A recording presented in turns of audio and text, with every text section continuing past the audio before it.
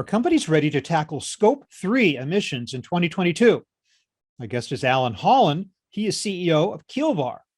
Hello, Alan. Hello, Bob. Thanks for joining me. Just to start, could you please describe to our audience just what are Scope 3 emissions as defined by the Greenhouse Gas Protocol? Yes, so Scope 3 emissions are those emissions that your suppliers emit into the atmosphere, and they are emissions that are inherently more difficult to measure and control because they're not the emissions coming out of your factories, but instead it's the production of raw materials you may be acquiring or the transportation services to move your end products or incoming materials. These are all Scope 3 emissions. Okay, so by far the most difficult to get control of because they literally are not within your control. They're in the extended supply chain. What are the implications of Scope 3 then in the sourcing and procurement process? So I suppose the major implications of Scope 3 emissions are that they greatly exceed Scope 1 and Scope 2 emissions that are easier to control, and that for most businesses in manufacturing or in any businesses with supply chains, that they tend to find that Scope 3 emissions are between 65 and 90% of their total emissions. So it's imperative that companies try and get a handle on this if they really do want to control emissions. So it has to become a strong element in your choice of sourcing partners, does it not? It has to be built into that whole process. Exactly, and that's why procurement is very much on the front line now when it comes to tackling Scope 3 emissions, because it's that process of negotiating with your suppliers around the terms of service. That's the point in the process where you may have some leverage or may be able to influence how your Scope 3 emissions could be reduced. But just how do you go about it? Help me understand what some guidelines are that companies might follow in actually engaging in sustainable sourcing. Yeah, it's very important that companies start to understand the underlying processes used by their suppliers. So there are different ways in which goods can be manufactured, or different materials that can be used. And it's important now, and I think that's what I suppose, it's dawning on procurement that it's falling to them to understand and try and measure out these Scope 3 emissions from alternative suppliers and provide incentives. So in other words, biasing in favor of suppliers that reduce Scope 3 emissions in the awards process. But who measures those Scope 3 emissions? Are you depending on the word of the supplier themselves? Are they self-reporting, or are there external data that might also be of use here? So there are external data sources that can be relied upon. So for example, if suppliers are using certain types of machines, or it could be the nature of the vehicle fleet they're using and so on, you may ask them to declare the processes or the equipment types they're using in their own supply chains. But then you can pull data from third-party sources that give you insights into the likely Scope 3 emissions that are occurring, because some of your suppliers may not even understand themselves what the level of their emissions may be. So you have to help them understand what they are. Are those suppliers responsible for reporting on the Scope 3 emissions of their suppliers as you go up multiple tiers of the supply chain? That's exactly that's the nature of the problem we're dealing with here. There can be a complex network, multiple layers of suppliers that depend on others further up the supply chain. And to really get down to the bottom of the problem, you have to continue moving through those layers. Yeah, but I mean, let's take the OEM that needs visibility of tier 1 suppliers' Scope 3 emissions. Is it the OEM's job to achieve visibility of all those multiple tiers, or do they turn to the tier 1 supplier for that job? I mean, who has the visibility in this process?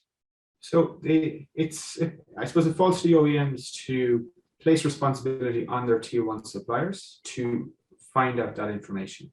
But sometimes, very often, much of that information can be acquired too. So there's procurement teams are tackling this on multiple fronts and trying to make as much progress as they can. But the first point of attack is to naturally go to your most immediate suppliers themselves first to try and get as accurate a picture as possible, but also help them by not asking them explicitly what their scope 3 emissions may be, but instead ask them about the processes they're using and then inferring what their scope 3 emissions are most likely to be. Mhm. I've heard that game theory has a role in this practice. Can you explain how that might be the case? Yes, so game theory is the science of strategic interaction. And within procurement, there's kind of a notion of inverse game theory. You are the mechanism designer, or you are the one creating the game. And the suppliers or the bidders in your competitive events, they are acting strategically. So I would say the top performing procurement teams are using this notion of inverse game theory to set up incentives so that those suppliers who are acting in their own strategic interests find it in their best interest to lower their scope 3 emissions. So there are ways and means in which you can be clever about that. That's in acquiring suppliers. You say it creates a competitive situation where a supplier's potential scope 3 emissions become a criterion for its selection. What about going forward in terms of monitoring? You've chosen that supplier. Monitoring that supplier's scope 3 emissions going forward on a continuous basis, is that a challenge that's being met today? Or if not, how can it be met? So there are third-party data vendors that are starting to offer services to procurement teams so that they monitor the ongoing emissions of suppliers in your supply chain. So when certain suppliers adapt or modify their processes and reduce their scope 3 emissions, then that information can start to flow through. Do you believe that growing awareness of the importance of measuring scope 3 emissions, and for that matter, carbon footprints in general, do you think that's going to ultimately entail a wholesale shift in sourcing patterns? And if so, what might be the cost of that? It is changing sourcing patterns, and it is creating an incentive for sourcing more locally. So some of the major major drivers for scope 3 emissions are transportation emissions. So one of the most obvious ways to reduce scope 3 emissions is to source more locally. So that is one obvious impact we are seeing most immediately. And that has the simultaneous advantage of reducing certain supply chain risks or uncertainty over delivery times due to port congestion, etc. But there might be a cost to it too. You might find a supplier that's not the lowest cost supplier, which used to be the sole criterion, or at least the most important one. Now you have a supplier that may be very good, a very low emission supplier, but a little bit more expensive than the other. So there's the potential for driving up the cost of supply chains a little bit in order to meet these criteria, right? There is that potential, and it's in some cases you may be able to reduce costs, but in many cases it is not possible to reduce costs, and you are looking at more expensive alternatives, and it is a case of balancing cost and non-cost of objectives, because when you're switching a supplier, or that supplier is changing their process to accommodate reduced scope 3 emissions, there can be other qualitative factors to consider, such as reliability or security or other issues that you have to weigh up. So these are always complex decisions. Alan Holland, thank you so much for helping us to delve into what is one of the most challenging aspects of environmental compliance today, and that is scope 3 emissions of suppliers in the sourcing and procurement process. At this point, though, I'd like to ask you a little bit about Keelvar. Tell me about the company. What is it, and how are you meeting the challenge of your own customer base today? So Keelvar is a software vendor that specializes in advanced sourcing software. So we optimize and automate sourcing processes for businesses. And optimization has traditionally been used in spend categories like packaging and logistics, where cost and non-cost objectives were combined into multi-criteria optimization. Right? So what we're seeing with scope 3 emissions is this is another criterion to add to other criteria like speed, agility, security, quality of products. So what we do is we help companies to build a model of the decisions they need to make. And they can use our sourcing optimizer to combine these multiple objectives and analyze scenarios and trade-offs.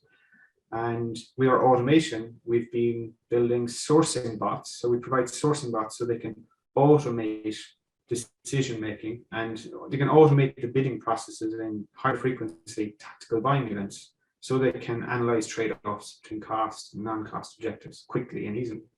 Mhm. Does your own product evolve, like the criteria that you build into your optimization engine, as more awareness dawns on supply chains of the need for more than just low cost? We've been talking about that, scope 3 emissions. Does your offering evolve, and do you expect it to continue to evolve? Absolutely. So this speaks to the notion of what we call level 4 high automation and level 5 autonomous sourcing systems that are self-learning. So most of our customers, they start off with level 4 high automation, where bots follow, they're on rails, if you like. They follow predictable processes that are best practice. And with level 5 autonomous systems, this is where some of our customers are starting, and we serve large multinationals. So they are most interested in seeing how these systems can be adaptive and learn which new suppliers to invite, which benchmark rates to use as a target price point for suppliers when going to market, learning how fast to run your competitive bid process and strategies. So within AI, this is known as algorithmic mechanism design, where you can adaptively control and change the nature of the game you're asking your suppliers to compete in, and it's fully automated. Alan Holland of Keelvar, once again, I want to thank you for speaking to me today about the challenge of meeting scope 3 emissions in the supply chain, as well as telling me a little bit about Keelvar itself. Thank you very much for your time. Thank you, Bob.